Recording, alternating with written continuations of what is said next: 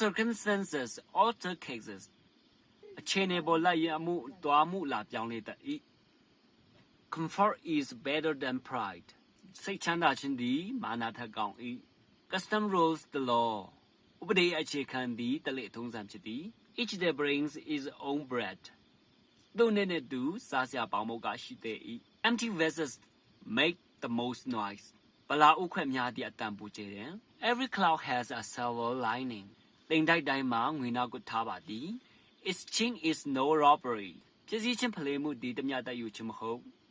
experience is the best teacher အတွေ့အကြုံကအကောင်းဆုံးဆရာဖြစ်တယ် experience must be bold အတွေ့အကြုံကိုဝယ်ယူရသည် extremes are dangerous or moderation in all things အစွန်းရောက်များသည့်အန္တရာယ်ရှိ၏